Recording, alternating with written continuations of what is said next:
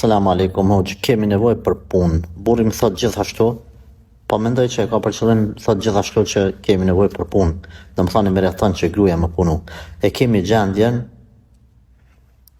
onë si duket dopt, po s'më pranojnë me mbulesë. Aleikum salam rahmatullah. Allahu është furnizuesi, Allahu ka riskun e ju i dorë dhe ky Zot që ka riskun e ju i dorë e ka obligu mbulesën për ty. Prandaj mos u mundon me e lyp riskun duke i bën Allahut mëkat, duke heq mbulesën ose ku e di çka. Ti je e bindur, sepse sebepi nuk e sjell riskun, po bindja, yaqini. Sebepi është i dorës dytë. Lypi sebepet veç halal.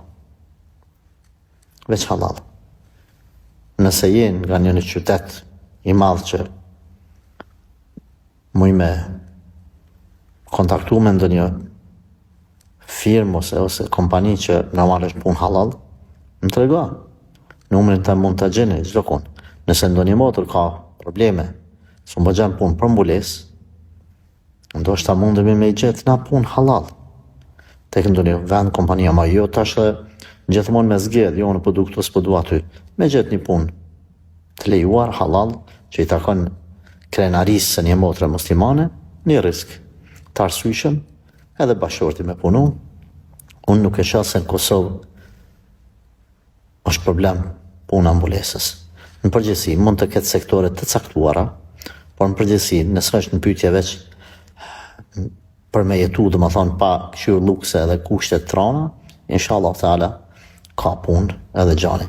Gjithsesi, mos i bën Allahut mëkat duke heq mbulesën për ta lypur riskun e Zotit. Se çaj Zot që ka riskun dorë, çaj të ka bë obligim mbulesën, jeta me këtë bindje më stanin.